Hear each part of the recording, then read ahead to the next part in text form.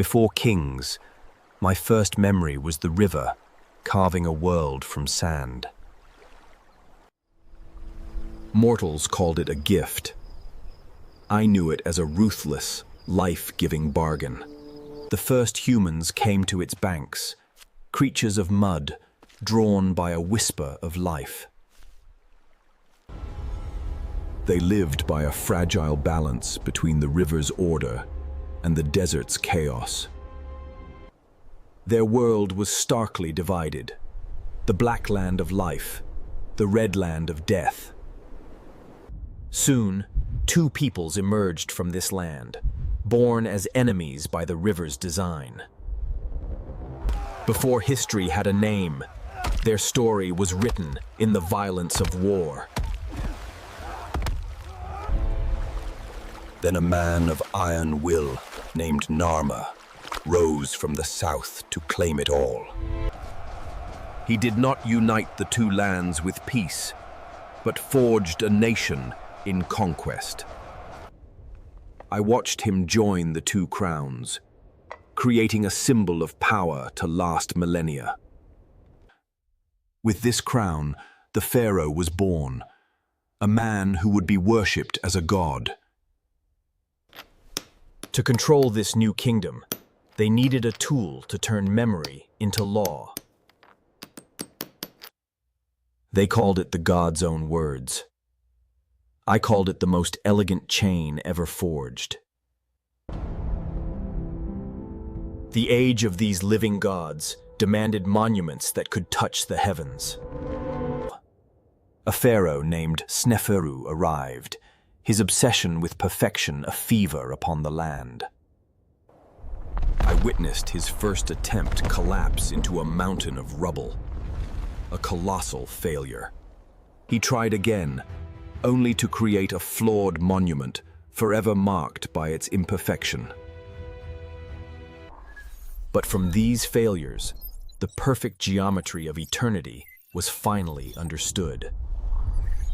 His son Khufu inherited that obsession, and the Great Pyramid began its ascent. I was there. It was no tomb, but a cosmic engine to launch a soul to the stars. A nation was mobilized, splitting mountains of granite with wood, water, and will. I watched them drag stone across the desert, a river of human sweat and toil. They built spiraling ramps of earth and brick, the only mortal path to the sky. Year after year, the stone mountain grew, its shadow swallowing the light of the sun.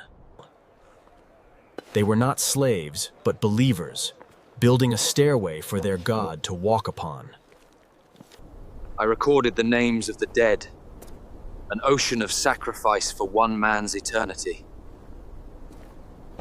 At last, the golden capstone was placed, a beacon that outshone the sun itself.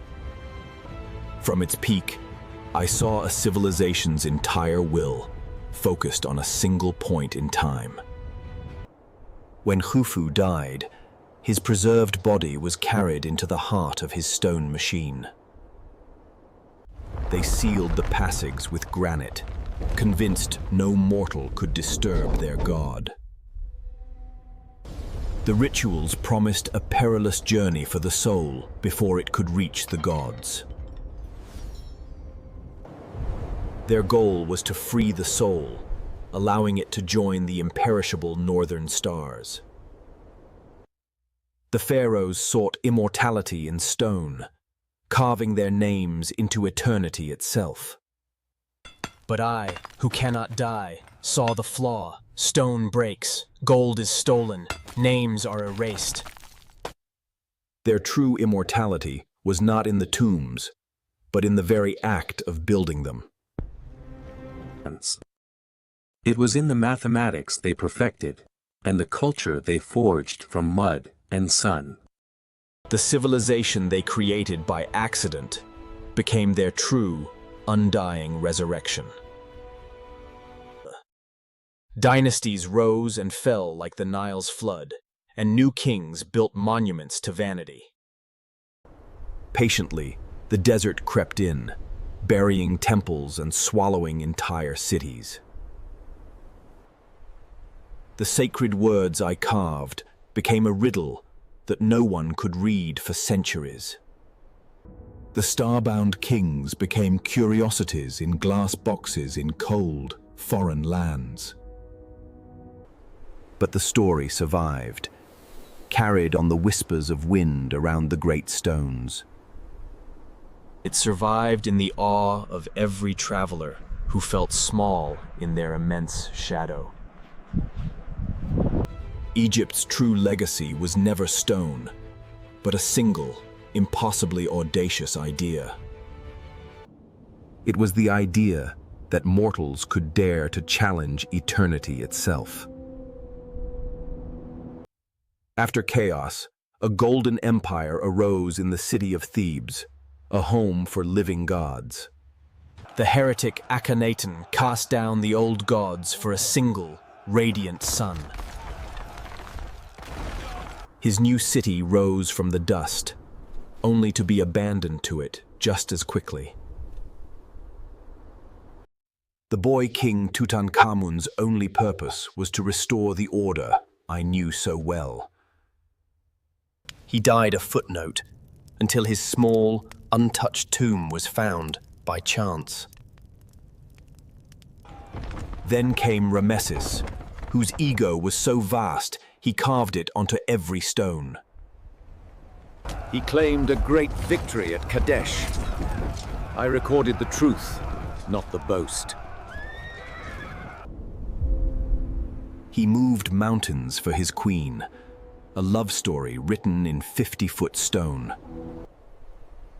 Kings now hid their tombs in a secret valley, hoping to cheat the inevitable.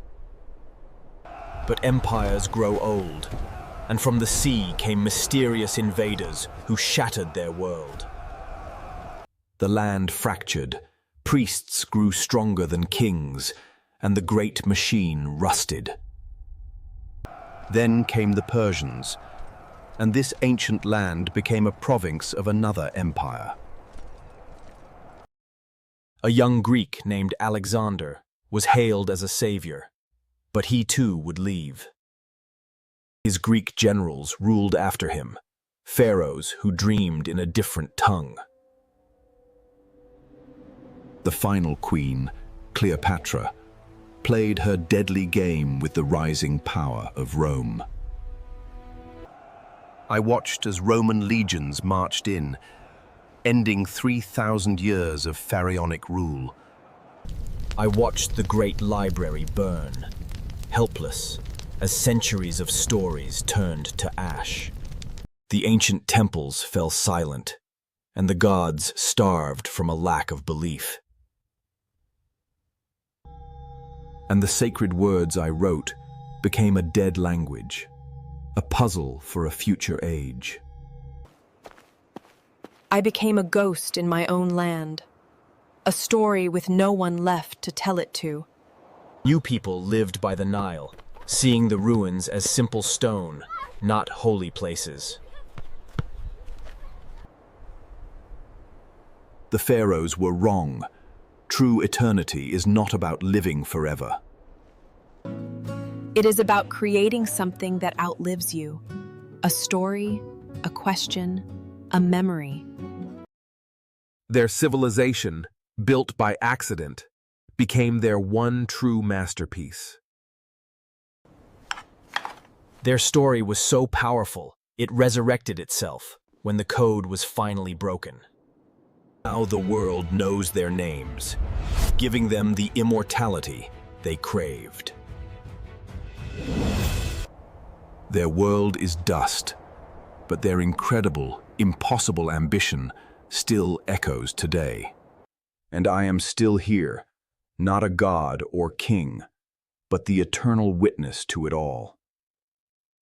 As long as the Nile flows, the story continues. And I will be listening.